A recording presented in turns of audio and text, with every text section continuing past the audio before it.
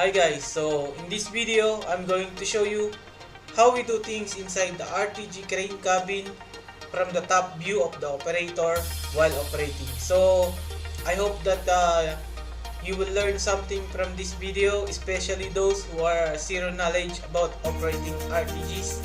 So let's get going guys.